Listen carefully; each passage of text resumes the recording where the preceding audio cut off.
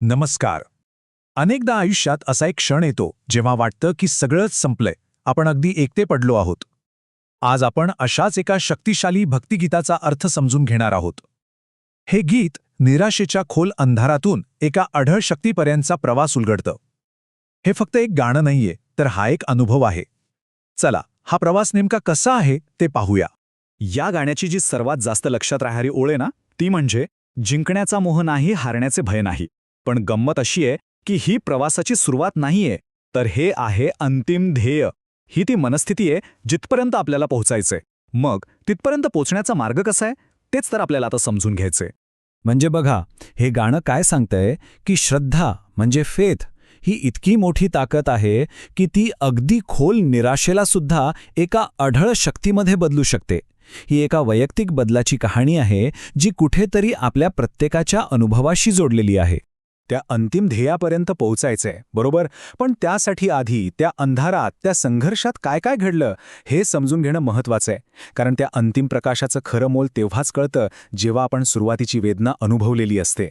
तर सुरुवातच होते एका जबरदस्त एकाकीपणानं. सोबतीला नाही कोणी, या एका वाक्यातच सगळी वेदना मांडली आहे. आजूबाजूला कोणीच नाहीये, आपण पूर्णपणे पोरखे झालो आहोत, अशी ही भावना आहे. आणि या एकटेपणाला अजून खच्ची करणारी गोष्ट म्हणजे तुटलेली स्वप्न. स्वप्न माझं भलं मोठं संपलं होतं.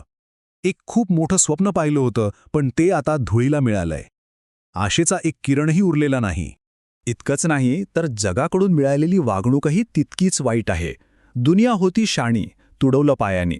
म्हणजे जणू काही अख्ख्या जगाने मिळून आपल्याला पायाखाली चिरडलंय, अशी ती तीव्र भावना आहे.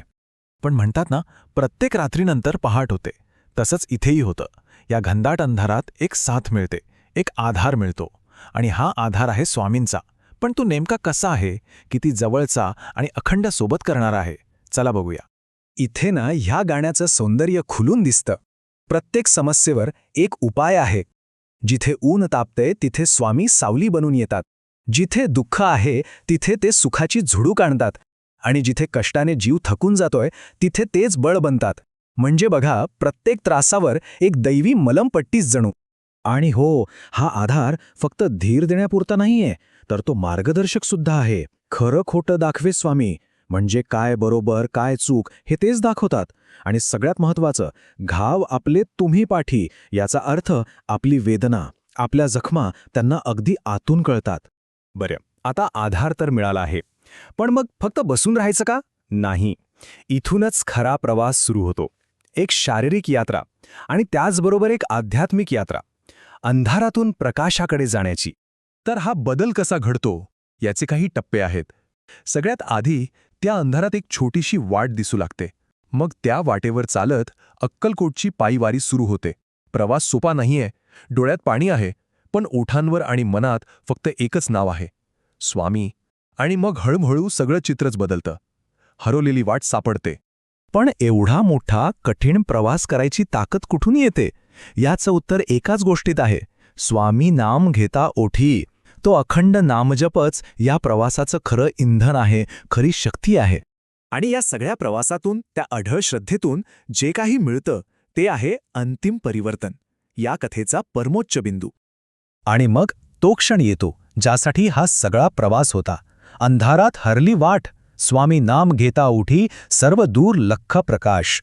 विचार करा, जो मार्ग पूर्ण अंधारात हरवला होता तो आता लख्ख प्रकाशानं उजळून निघाला आहे. हा फक्त बाहेरचा उजेड नाहीये, तर हा आतला आत्मज्ञानाचा प्रकाश आहे. पण हा चमत्कार झाला कसा याचं उत्तर या ओळीत आहे. स्वामी शक्ती ज्याच्या पाठी, वेदनेच्या सुटती गाठी. म्हणजे हे स्पष्ट आहे की जेव्हा स्वामींची शक्ती पाठीशी उभी राहते तेव्हाच आयुष्यातल्या मोठ्यात मोठ्या वेदनेच्या गाठीसुद्धा आपोआप सुटायला लागतात. तर या सगळ्याचा सार काय? हे गाणं आपल्याला हेच शिकवतं की श्रद्धा म्हणजे फक्त डोळे मिटून बसणं नाही, तर तो एक प्रवास आहे, एक ॲक्शन आहे. आणि याच प्रवासात जी अविरत साथ मिळते तीच आपल्याला त्या मनस्थितीपर्यंत नेते जिथे जिंकणं हारणं या गोष्टी क्षुल्लक वाटू लागतात. आणि शेवटी एक प्रश्न उरतोच की खरं सामर्थ्य जिंकण्यात आहे की जिंकण्याच्या मोहातून आणि हारण्याच्या भीतीतून स्वतःला पूर्णपणे मुक्त करण्यात? जरा विचार करण्यासारखा प्रश्न आहे, नाही का?